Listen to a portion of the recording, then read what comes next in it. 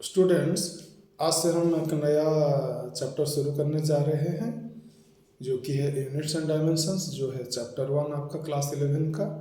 और यहाँ हम करेंगे 1988 से लेके 2024 तक 37 इयर्स का जितने सारे क्वेश्चंस आए हैं नीट एग्ज़ाम में, सबका पीओक्यू का हम यहाँ पे सोल्यूशन निकालेंगे, उनको प्रैक्टिस करेंगे आपका जो अगला नीट के लिए स्टूडेंट्स। तो जो सारे क्वेश्चंस यहाँ पे करेंगे, उसके बाद हम क्या करेंगे, इसके बाद जो है पीआईक्यू के बाद हमारा बहुत सारे प्रैक्टिस क्वेश्चंस करेंगे, वो सब आपको अवेलेबल होंगे इसी प्लेलिस्ट में। ठीक है स्टूडेंट, ऐसे कर करके हम एक एक जो आपका टॉपिक का एक एक चैप्टर का सारे पीआईक्यूज करेंगे, और जितना प्रोबेबल क्वेश्चंस है जो नीट में आ सकता है इसी चैप्टर से, वो भी हम करेंगे, so that you will be totally confident when you will go and sit in your forthcoming NEET exam, students. Okay, let us start with the 1988 question number 1. The dimensional formula for angular momentum is, student. Units and dimension chapter में क्या होता है student, जब भी हम कोई निकालते हैं डायमेंशंस, तो उसका जो फॉर्मूला हमको मालूम होना चाहिए, और जो फिजिकल क्वांटिटी है उसका जो डेफिनेशन हमको होना चाहिए, उसका जो सिंबल है उसको हमको मालूम होना चाहिए। आपका यहाँ एंगुलर मोमेंटम के बारे में पूछा गया है स्टूडेंट। एंगुलर मोमेंटम को हम कैसे डिनोट करते हैं स्टूडेंट्स, एल के हिसाब से डिनोट करते हैं, आप लोगों को पता है, ठीक है। और हम जो काइनेमेटिक्स में पढ़ते हैं स्टूडेंट, काइनेमेटिक्स में हम पढ़ते हैं दो टाइप के, kinematics is the study of motion student, and यहाँ पे हम दो टाइप के मोशन पढ़ते हैं। कौन सा, एक है रेक्टिलिनियर और एक है सर्कुलर, ठीक है। एक लिनियर मोशन पढ़ते हैं और एक सर्कुलर मोशन पढ़ते हैं, ठीक है।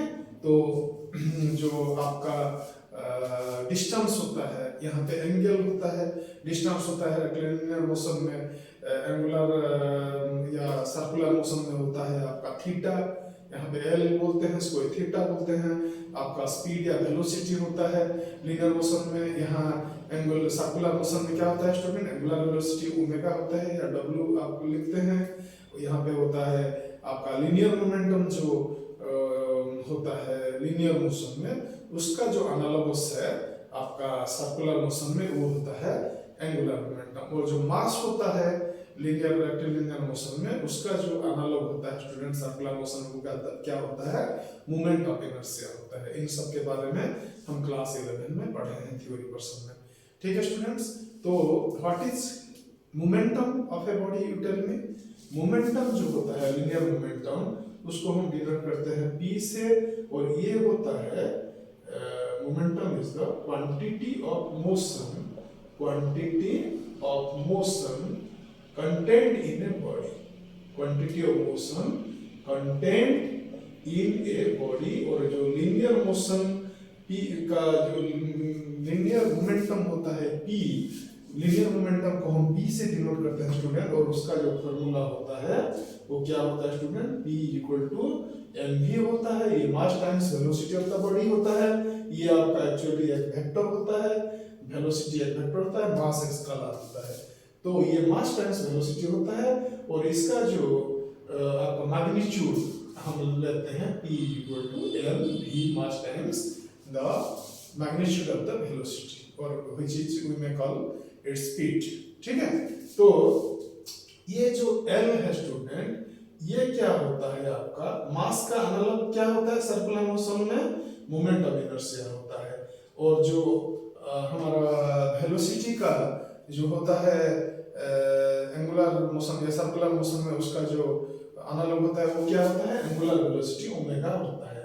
तो linear moment of P equal to mv की जगह में यहाँ L एंगुलर मोमेंटम होता है I ओमेगा, और I जो मोमेंट ऑफ इनर्शिया होता है स्टूडेंट, वो कितना होता है, I का फॉर्मूला होता है m², हम लोगों ने पढ़ा है मोमेंट ऑफ इनर्शिया चैप्टर में। और ये होता है mass of the body, and k होता है रेडियस ऑफ गायरेशन। सो इसका जो डायमेंशंस होता है वो होता है L/L2, because radius of gyration is just a length, okay. और आपका ओमेगा जो होता है एंगुलर वेलोसिटी, वो कितना होता है student, D theta by D T. Okay, the rate at which the body covers an angular distance, or the angular distance or the angle traversed by a body in unit time, इसको कहा जाता है आपका angular speed या angular velocity in a particular direction, if we consider students. Okay, and if you think about the magnitude only, then this becomes the angular speed. And आप देखिए theta जो होता है स्टूडेंट, वो क्या होता है, थीटा जो होता है वो एक एंगल होता है।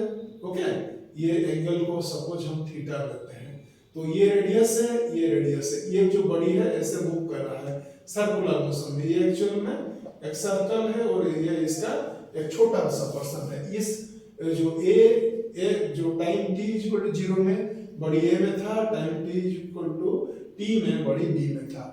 ठीक है, तो स्टूडेंट ये जो आपका ए बी होता है इसको क्या बोला जाता है, आर्क बोला जाता है, और इसको हम एल में डिनोट करते हैं। और जो थीटा होता है वो क्या होता है, एल बाय आर होता है, मतलब आर्क बाय रेडियस। आर्क और जो रेडियस का जो रेशियो होता है स्टूडेंट, वही थीटा होता है। तो थीटा का डायमेंशन क्या होगा स्टूडेंट, ऑब्वियसली आर्क एक लेंथ है और रेडियस एक लेंथ है, तो लेंथ बाय अपन लेंथ, ये क्या हो जाएगा, ये l टू द पावर 0 हो जाएगा, तो ये डायमेंशनलेस क्वांटिटी है, हम लोगों ने पढ़ रखा है स्टूडेंट। तो ओमेगा का जो है आपका वो क्या होगा, D theta by D T, और डी थीटा ओमेगा का जो हमारा डायमेंशन वो स्टूडेंट क्या होगा, D theta by D T हो जाएगा। तो थीटा का तो हमारा m0 t0 है, ये आपका डायमेंशनलेस क्वांटिटी है, और dt मतलब टाइम, स्मॉल टाइम, इसका हो जाएगा t। तो क्या होगा, एंगुलर स्पीड या एंगुलर वेलोसिटी का जो डायमेंशंस होंगे वो होंगे m0 l0 t माइनस 1।